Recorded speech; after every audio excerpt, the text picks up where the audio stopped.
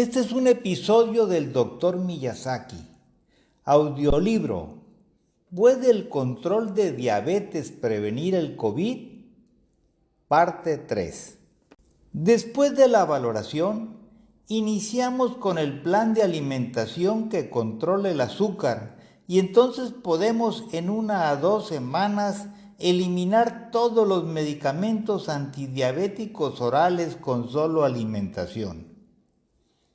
Cuando la diabetes es tipo 2, que es el 95% de casos, si consideramos los 20 millones de personas con diabetes en México, todos pudieran ser curables y no lo hacemos. Es cosa nada más de cambio de estilo de vida y sobre todo de alimentación. En la alimentación nosotros aplicamos algunos criterios. Primero empezamos con una alimentación cetogénica. No se pretende que la alimentación cetogénica sea eterna, sino que solamente hasta que logremos los niveles que queremos de mediciones de laboratorio que dijimos, y en base a eso podemos medir hasta el tiempo que se requiere. Normalmente en una persona, por complicada que sea, en términos de 90 días va a quedar nivelado su metabolismo del azúcar, tanto en sangre como a nivel celular. Es el tiempo máximo de aplicación continua de esa alimentación cetogénica. Si se dan cuenta, la alimentación cetogénica no es eterna. Es solamente normalizar el organismo y ahí trabajar en la construcción del plan de alimentos. Hay que descubrir los alimentos que tiene que aprender la persona. ¿Cuáles alimentos tienen azúcar? Que ya sabemos que azúcar tienen el 84% de los alimentos del supermercado. Viene azúcar hasta en la cerveza, los quesos, casi no hay alimentos que no traigan azúcar y sobre todo son dañinos por la fructosa, que es más barata para los fabricantes. Lo más dañino es precisamente la fructosa del azúcar. Con la fructosa de los refrescos en 2 semanas se hacen las ratas diabéticas para las pruebas de laboratorio. El ser humano ocupa 1 o 2 años de consumirse un refresco diario para hacerse con diabetes. Ahora, ¿qué alimentos se hacen azúcar? No se trata de llevar una dieta vegetariana, aunque quizás la alimentación vegetariana sea más positiva, más favorable, pero hay que ver cada caso. Para tener diabetes no se ocupa más que usar el aceite vegetal, por muy fino y caro que sea, sí, de los que tienen ácidos grasos que se transforman en azúcar. Eso lo podemos medir muy fácilmente con nuestro glucómetro. ¿Cuáles son los grupos de alimentos que se transforman en azúcar? Los granos, unos más que otros.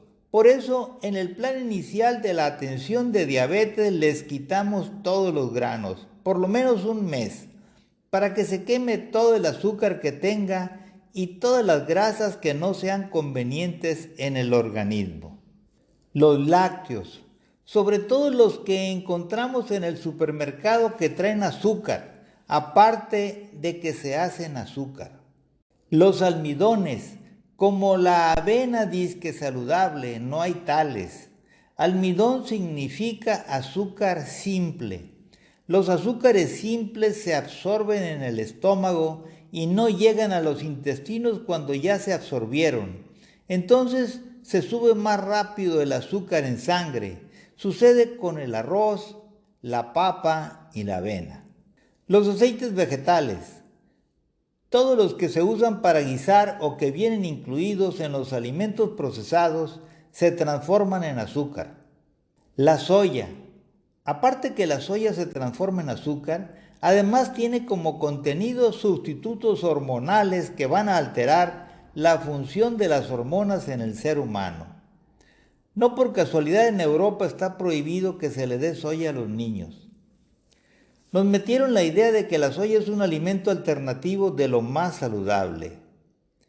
Si se recuerdan, hace 50 años incluso les dimos a todos nuestros hijos la leche de soya que se decía que era la más saludable. Lo que hicieron los fabricantes de alimentos fue hacer una mezcla para aligerar el efecto de la soya, porque se producía mucha en el mundo, que fuera menos dañina y más tolerable para el ser humano. El problema es que se exageró su efecto favorable y estuvimos engañados con relación a la soya por décadas. La soya tiene fitoestrógenos equivalentes a las hormonas femeninas. Provocan en niños crecimiento de los senos. Causan alteraciones en las hormonas femeninas. Hay un equilibrio entre las hormonas progesterona y estrógeno. La buena de la película es la progesterona y la mala es el estrógeno, que está ligado a los cánceres. Por eso hay que apartarnos de los sustitutos de hormonas, aunque sean naturales. Los cacahuates. Es una de las causas principales de la inflamación, aunque tanto nos guste. El cacahuate se transforma en azúcar y además de eso, tiene un omega 3 que pudiera ser favorable, pero es más alto el nivel de omega 6, que es dañino cuando sobrepasa los niveles de omega 3. Entonces, omega 6 por los cacahuates y omega 6 por todos los aceites vegetales nos causan mucho problema. Los medicamentos engordan, pero no quiere decir que den salud, sobre todo los antibióticos. Los primeros antibióticos, como la tetraciclina, hace 50 años se descubrió que engordaba, porque se la daban a las gallinas en una epidemia y se dieron cuenta que aumentaron de peso 5 veces. Desde entonces en adelante han experimentado con antibióticos en las granjas para subir el peso del producto. Luego pasaron a los humanos todos los antibióticos. Todas las enfermedades de estilo de vida tienen que ver un poco con la alimentación. Obesidad, resistencia a la insulina, hígado graso, hipertensión, prediabetes, diabetes. Para controlar la diabetes lo principal es saber de alimentación. Los alimentos que tienen azúcar, los alimentos que se hacen azúcar y también los alimentos que nos causan daño. Los alimentos que nos causan intolerancia se pueden medir muy fácil hasta con el pulso. Se checa el pulso en estado de reposo, se anota el resultado y se lleva un trozo del alimento a probar a la boca. Se mastica sin tragarlo 30 segundos. Lo pone debajo de la lengua, se checa el pulso y si hay un cambio en la medición del pulso, ese alimento le causa intolerancia. El pulso se puede medir ahora con el oxímetro que marca la frecuencia cardíaca, que es el mismo. Una diferencia de 4 en el pulso significa intolerancia leve. Si la diferencia en el pulso está entre 5 y 9, la intolerancia es mediana. Si la diferencia en el pulso es de 10 o más, la intolerancia es alta. Si algo nos cae mal, no hay que dejarlo de comer simplemente como nos gusta, hay que comerlo una vez al mes. Si medio nos cae mal, cada 15 días. Si ligeramente nos cae mal, cada semana. Y si no nos cae mal, podemos comer a diario. También puede medirse la intolerancia con el glucómetro. Con 3 horas de ayuno se checa la glucemia, se anota, se come media a una taza del alimento a probar, se checa nuevamente a los 60 minutos, se anota el resultado y se valora.